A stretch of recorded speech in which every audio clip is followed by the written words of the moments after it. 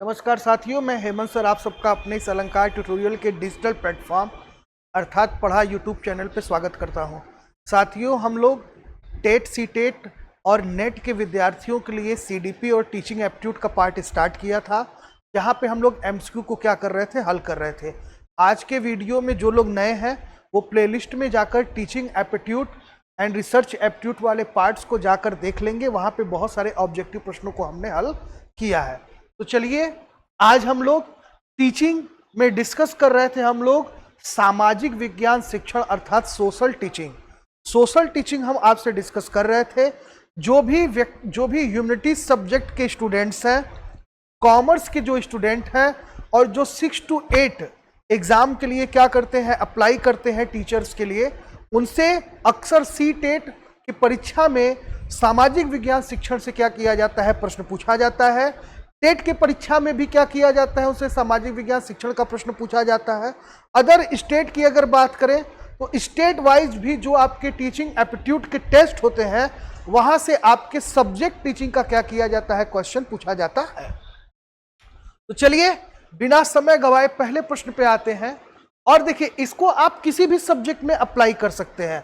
हालांकि पर्टिकुलर मैं social teaching के अकॉर्डिंग इसको सूट कर रहा हूं, बट इसमें बहुत सारी चीजों की बात हो रही है, तो इसको आप कई जगह पे क्या कर सकते हैं, अप्लाई कर सकते हैं, या अलग अलग अपने अपने सब्जेक्ट में भी क्या कर सकते हैं, अप्लाई कर सकते हैं। चलिए, पहले प्रश्न को देखते हैं। वस्तुनिष्ठ परीक्षा की विशेषता क्या है? वस्तुनिष्ठ परीक्षा की विशेषता क्या है? तो अगर हम वस्तुनिष्ठ की बात करें तो वस्तुनिष्ठ के अंतर्गत आपका विश्वसनीयता तो शामिल होता ही है, वैधता भी शामिल होता है। क्योंकि वस्तुनिष्ठ प्रश्न है तो वस्तुनिष्ठता तो उसमें क्या होगा, स्वाभाविक विद्यमान होगा। अर्थात अगर वस्तुनिष्ठ प्रश्न की अगर बात की जा रही है, यह जो है आपका मापन और मूल्यांकन, मापन और मूल्यांकन का अंग है। और वस्तुनिष्ठता की अगर बात करें तो इसके अंतर्गत यह तीनों चीज ही आती है। ऑप्शन नंबर जो डी है हमारा, वो क्या हो जाएगा, राइट आंसर हो जाएगा। वह इसमें क्या होता है, मापन में विश्वसनीयता, वैधता और वस्तुनिष्ठता तीनों ही क्या की जाती है, सम्मिलित की जाती है या सम्मिलित रहती है। चलिए आगे चलते हैं, अगले प्रश्न को देखते हैं। शिक्षण के मापन में प्रयुक्त करते हैं, एक मिनट रुक जाइए।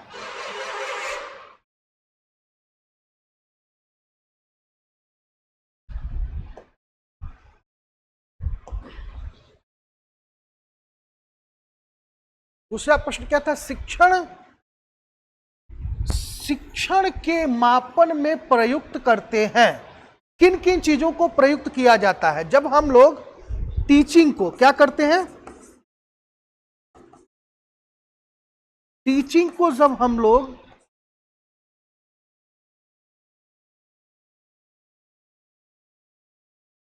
मेजरमेंट करते हैं, यानी जब हम टीचिंग का मापन करते हैं या मूल्यांकन करते हैं, तो किन किन चीजों को उसमें सम्मिलित किया जाता है।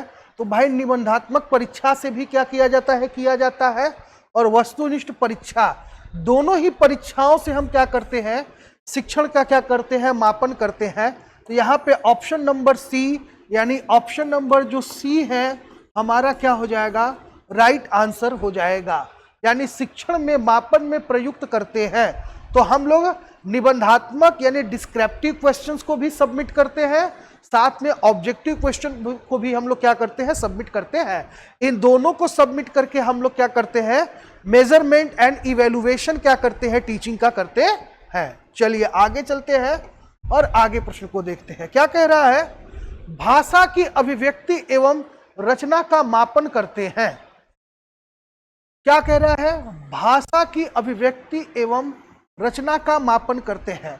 तो आपका एक तरीके से देखा जाए तो वस्तुनिष्ठ परीक्षा से तो भाषा की अभिव्यक्ति नहीं हो सकती, इसके साथ साथ निदानात्मक परीक्षा से बिल्कुल, ये आपका जो है ऑप्शन नंबर बी जो है वो आपका राइट आंसर है। भाषा की अभिव्यक्ति एवं रचना का मापन करते हैं तो निदानात्मक चीज से होता है। देखिए होता क्या है, सबसे पहले क्या होता है, अगर हम शिक्षण की बात करें तो शिक्षण में सबसे पहले होता है आपका प्रदर्शन होता है, और प्रदर्शन के उपरांत आपका होता है क्या, प्रदर्शन प्रेजेंटेशन होता है। प्रेजेंटेशन के बाद जांच किया जाता है, यानी उसको डायग्नोसिस किया जाता है। डायग्नोसिस करने के बाद हम उसका क्या करते हैं, निदान करते हैं। क्या करते हैं, निदान करते हैं। तो यहां कह रहे हैं भाषा की अभिव्यक्ति एवं रचना का जो मापन है कैसे किया जाता है, तो अभिव्यक्ति और रचना जो होता है वो निदानात्मक परीक्षा से क्या किया जाता है, मापन किया जाता है। चलिए अगले प्रश्न पे चलते हैं और प्रश्न संख्या 4 को देखते हैं। प्रश्न संख्या 4 क्या है, प्रमाणिक परीक्षा बनाते हैं। प्रमाणिक परीक्षा क्या बनाते हैं, तो प्रमाणिक परीक्षा निबंधात्मक, वस्तुनिष्ठ परीक्षा, दोनों को ही या किसी को नहीं, तो वस्तुनिष्ठ परीक्षा। प्रमाणिक परीक्षा क्या करते हैं, आपके वस्तुनिष्ठता को क्या करते हैं, प्रदर्शित करते हैं। ठीक, तो यहां पे हमारा जो राइट आंसर है वो ऑप्शन नंबर बी हमारा जो है वो क्या हो जाएगा, राइट आंसर हो जाएगा। चलिए आगे चलते हैं। उद्देश्य केंद्रित परीक्षा, उद्देश्य, ये सारे के सारे क्वेश्चन जो है आपका अनुसंधान अर्थात रिसर्च एप्टीट्यूड के हैं, साथ में ये आपका मापन और मूल्यांकन दोनों से ही रिलेटेड आपके प्रश्न है। क्या कह रहा है, उद्देश्य केंद्रित परीक्षा होती है। उद्देश्य केंद्रित परीक्षा जो होती है वो वस्तुनिष्ठ भी होती है और निबंधात्मक भी होती है, अर्थात दोनों ही ऑप्शन क्या हो जाएगा, सही हो जाएगा। तो राइट आंसर हमारा क्या हो गया भाई, सी, यानी सी जो है वो हमारा क्या है, राइट आंसर है। चलिए आगे चलते हैं और आगे बात करते हैं। अगला है निबंधात्मक परीक्षा में सुधार किया जाए। निबंधात्मक परीक्षा में सुधार किया जाए तो भाई कैसे किया जाए, प्रश्नों में सुधार किया जाए, प्रश्न पत्रों में सुधार किया जाए, उत्तर पुस्तकों के आकलन में सुधार किया जाए, उपरोक्त सभी में सुधार किया जाए। बिल्कुल सही, तो ऑप्शन नंबर डी क्या हो जाएगा, हमारा राइट आंसर हो जाएगा। सभी चीज में सुधार करना आवश्यक है, निबंधात्मक परीक्षा में सुधार ये है आपका। ठीक, चलिए आगे चलते हैं।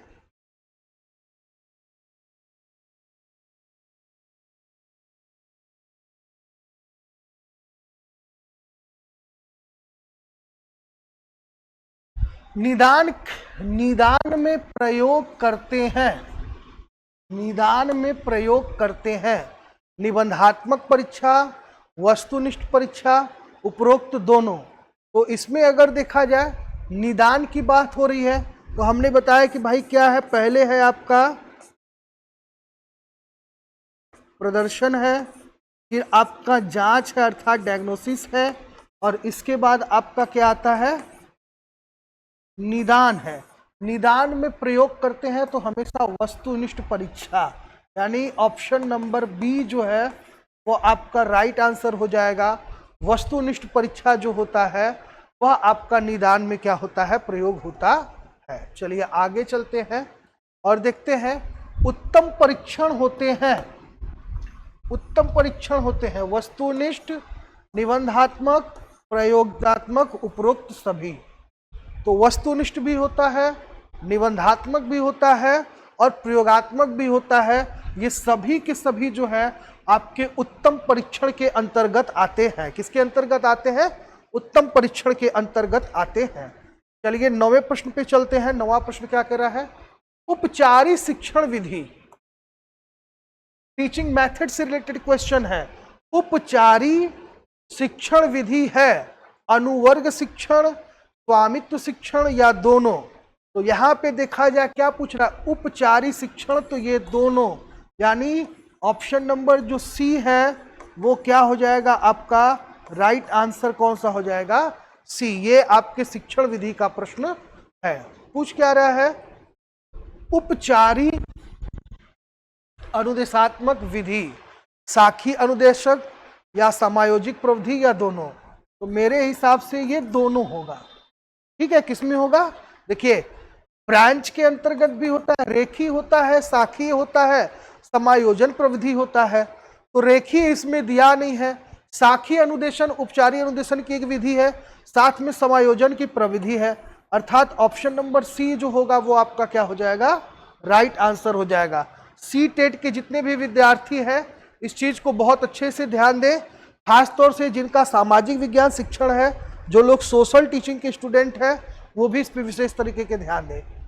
स्वामित्व अधिगम आव्यूह का विकास किया। स्वामित्व अधिगम आव्यूह का क्या किया? विकास किया। तो मॉरिसन ने किया था, क्योंकि ब्लूम की अगर बात करें तो ये शिक्षण से संबंधित है। गेस की अगर बात करें तो मनोविज्ञान, और नार्मन की अगर बात करें तो ये भी जो है आपके शिक्षा के सामाजिक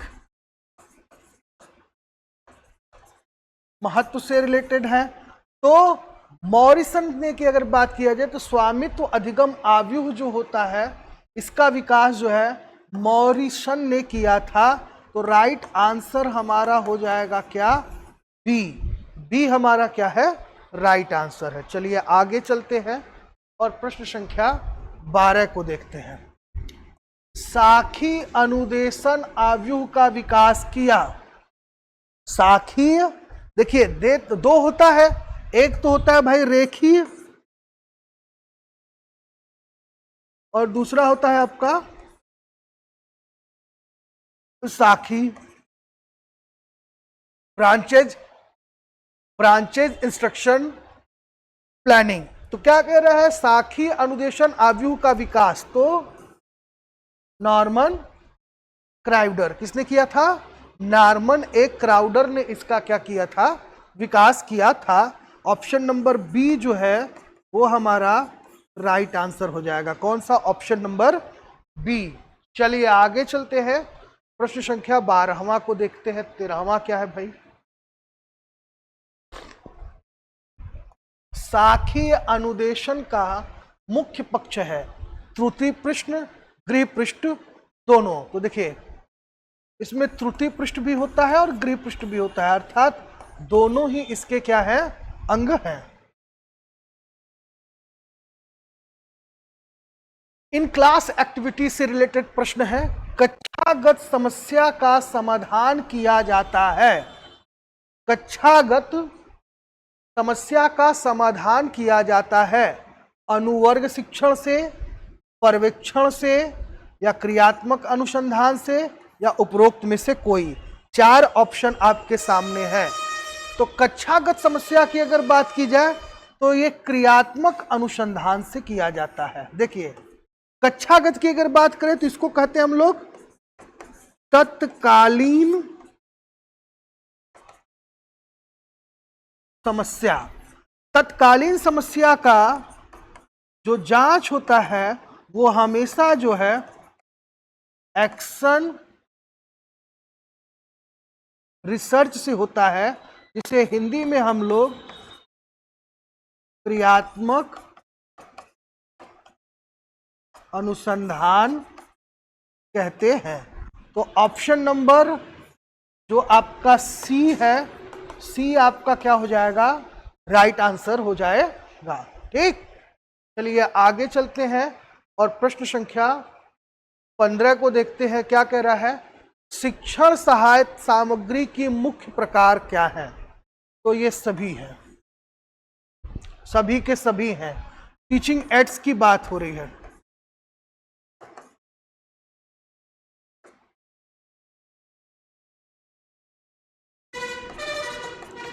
शिक्षण सहायक सामग्री। शिक्षण सहायक सामग्री की अगर बात करें तो भाई ये क्या होता है? वर्बल भी होता है, एक तरह से सब मतलब ऑडियो भी होता है, ऑडियो गैजेट होता है, उसके बाद विजुअल गैजेट भी होता है और ऑडियो और विजुअल भी गैजेट होता है, यानी श्रव्य भी होता है, दृश्य भी होता है और श्रव्य दृश्य दोनों होता है। तो उपरोक्त सभी यानी ऑप्शन नंबर डी जो है वो हमारा राइट आंसर हो जाएगा। चलिए 16वें प्रश्न की तरफ चलते हैं बेटा और 16वां प्रश्न देखते हैं क्या है। अब प्रश्न टीचिंग एड से रिलेटेड हो गया है, शिक्षण सहायक सामग्री से प्रश्न है। शिक्षण सहायक सामग्री से अगला प्रश्न क्या है, दृश्य श्रव्य सामग्री, जिसको हम लोग कहते हैं ऑडियो एंड श्रव्य दृश्य। ठीक है, तो श्रव्य दृश्य सामग्री सहायक सामग्री का उपयोग है शिक्षण को रोचक बनाना, सही है। एक से अधिक इंद्रियों को सक्रिय करना, सही है। शिक्षण कौशलों का विकास करना, सही है। उपरोक्त सभी यानी ऑप्शन नंबर डी जो है वो हमारा क्या हो जाएगा, राइट आंसर हो जाएगा। क्या हो जाएगा, राइट आंसर हो जाएगा। चलिए आगे चलते हैं और प्रश्न संख्या 17 को देखते हैं बेटा। क्या है, श्रव्य सहायक सामग्री का उपयोग करते हैं। केवल श्रव्य की बात हो रही है, अर्थात केवल जो है यहां बात हो रहा है ऑडियो का। किसकी बात हो रही है, केवल श्रव्य यानी ऑडियो की बात हो रही है। श्रव्य सामग्री का उपयोग करते हैं शुद्ध उच्चारण में। इसमें शुद्ध उच्चारण में इसका क्या किया जाता है, प्रयोग किया जाता है। क्योंकि हम पहले सुनते हैं, ठीक है, और सुनकर उस चीज को क्या करते हैं, बोलते हैं। सुनना, बोलना, लिखना, ठीक है। तो पहले हम लोग सुनते हैं, तो सुनकर क्या करते हैं, जब सुनेंगे बार बार तो हम क्या करेंगे, हमारे अंदर शुद्ध उच्चारण यानी जो प्रोनाउंसिएशन है उसका स्किल क्या होगा, डेवलप होगा। चलिए आगे चलते हैं, प्रश्न संख्या 18 को देखते हैं। दृश्य सहायक सामग्री का उपयोग होता है, तो मेरे हिसाब से उच्चारण में नहीं है, शुद्ध लेखन में और पढ़ने में होगा। शुद्ध लेखन में, क्योंकि दृश्य सहायक सामग्री मतलब किसी चीज को देखना और देखकर लिखना, तो ये शुद्ध लेखन में क्या होता है, सहायक होता है।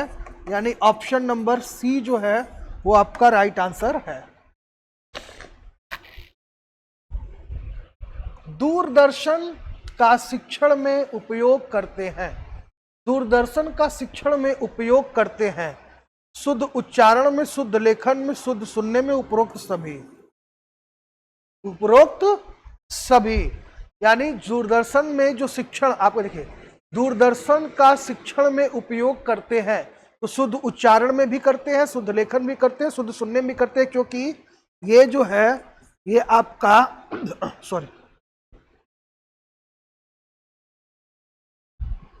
ये आपका श्रव्य और दृश्य दोनों ही सामग्री है। ठीक, चलिए प्रश्न संख्या 20 को देखते हैं। संरचनाओं के विकास में प्रयुक्त करते हैं। संरचनाओं, स्ट्रक्चर की बात हो रही है, संरचनाओं के विकास में प्रयुक्त करते हैं। वस्तुओं को, मॉडल को, आकृति को, सभी को अगर संरचना बनाया जाता है, जैसे हमने लिख दिया भाई क्या,